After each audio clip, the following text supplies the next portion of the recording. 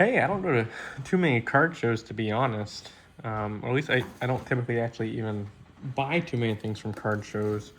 I used to go to them, just go to them, but I did just go to one very recently in the Washington, D.C. area. And some of you have probably seen this video. And so I am the guy who was carrying this box around, so I go in pretty nonchalantly. I won't go over what I took with me. That's getting really deep into the weeds. I just want to go over my pickups while I was there. So, because I think they're pretty good. Picked up this pretty nice Flygon. And so pretty much all of these cards that I'm going to show you, like, I have intentions of getting graded. So if you don't want to see things that are just like these, I don't think were pick-me-ups. These were just, yeah, these weren't pickups. These were just things that I had already. And you can see I'm pretty lazy. I just put the writing on the top loader because honestly, who cares, right? It's just a top loader. Stickering's nice. Makes your thing that you write pop out more. But you know, it takes extra time, and you gotta buy the stickers, and I'm just, it's whatever. Oh, I got some slabs. Let me make sure. This one was one I took. This one was one I took. Let's move those over there. So I picked up a PSA 9. I was purposely hunting PSA 9s. So I picked up a PSA 9 Pikachu promo. Looked pretty clean to me. I can't remember if there's any swirl on this one, but picked that up. Picked up a PSA 9 first edition Dark Hypno. Just an overall fantastic card. I mean, this is, you know, was short time period from the base set era, and they really started to put some work in terms of what was going on for the artwork of the card. It was a significant upgrade compared to base set, in my opinion. This is just a thing of top loaders. So I took my own top loaders and penny sleeves with me because I did go to quite a few binders that the cards weren't already top loaded. So I was actually really glad I brought that with me. Oh boy, yeah, there's quite a few things in here. So let's move these around a little bit. So this one was probably a little bit overpriced. It's a Neo Genesis Pikachu Japanese with swirl. There was a swirl tax. It's whatever. It's not the end of the world, but it's pretty clean. Got a special delivery Charizard. I don't know if this was the one that was super clean. This one that was the one. This may have been one that had like, yeah, some cornering issues, but really wasn't anything crazy. This I technically got for free. I had bought several things from the guy. He's like, just take it. I wasn't trying to negotiate him down. I was actually just trying to see if he'd take trade for it. After I had bought several things from him, and he said just take it for free, but I still went ahead and put an $8 trade card. I used the Diamond and Pearl Hollow Torterra. This was from the same guy. He had this Pidgeot. Clean Pidgeot. I like these World Champion cards, so again, same guy. I would have liked to have negotiated a bit more of a deal, but it's fine. These I technically paid a little bit over, but I'm going to try and send them all at the same time and, you know, get a sequential. So that should be good. This is the cleaner special delivery Charizard. A Ancient Origins Lugia EX. A Neo Kingdra. The cooler of the Neo Kingdras, in my opinion.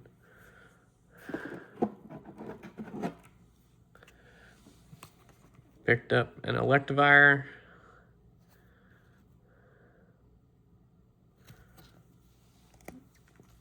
Picked up X Delta species stamped Zubat. That stuff you're seeing is just debris. So again, all pretty clean. Japanese Delta species Kabutops, a very cool one in action. Delta species Gyarados, very mint Jolteon. Honestly, definitely should CGC 10, might even Pristine 10. Got ourselves another Pidgey out here. A E-Series Lunatone. It's got some whitening. Might still pull off a CGC 9. Flareon. And some of these were just from the same binder. I just boom, boom, boom, boom, boom, boom, boom. Because the prices were just so good, and the cards, for the most part, were all very clean. I just feel like Japanese vintage is very slept on.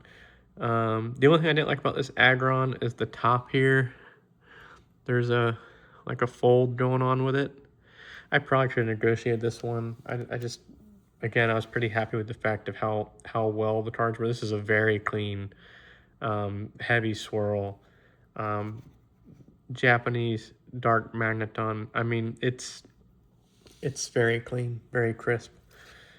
Cool little Sabrina's Haunter. This would have been a cool card as a holo if they would have done that. Pokemon. Misty's Golduck, which I had a conversation with one person because they had the Sabrina's Golduck, and I was like, they never made that as a holo, did they? That would have been cool if they had done that back in the day. Got us a Latias, and then again a very clean, and you can really see it's very apparent the holo overlay for the box on the Japanese, and I think some swirl. Yeah, you got some swirl there. And these were just clean back to back to back. Not really certain why he was dumping these Japanese vintage for so low. And I mean, I really did take a good gander at all of them, and they really were good. The only thing I can think of is maybe he was moving cards for a buddy. And again, that's kind of like the point of going to the shows. You can really catch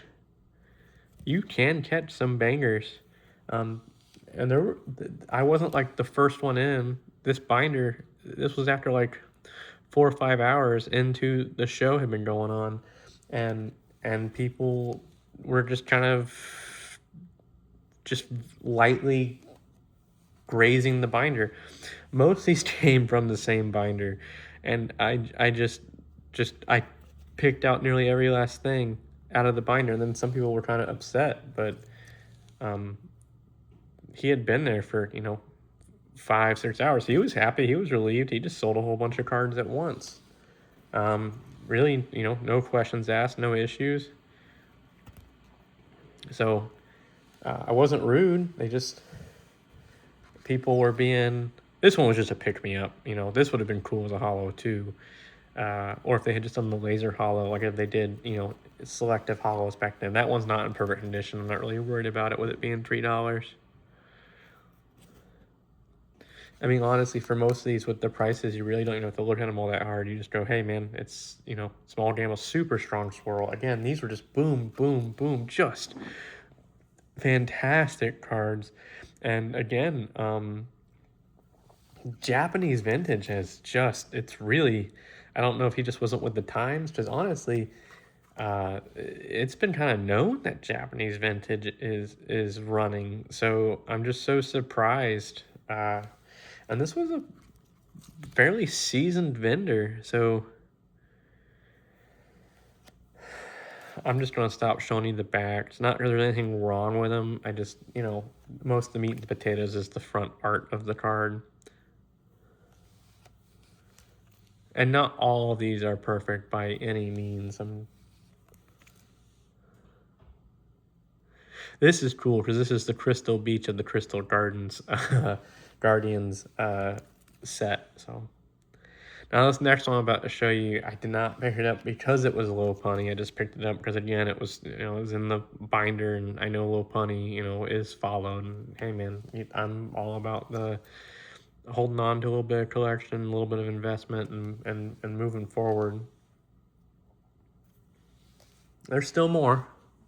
Don't check out yet. In fact, let me get the box so I can get these a bit more strategically.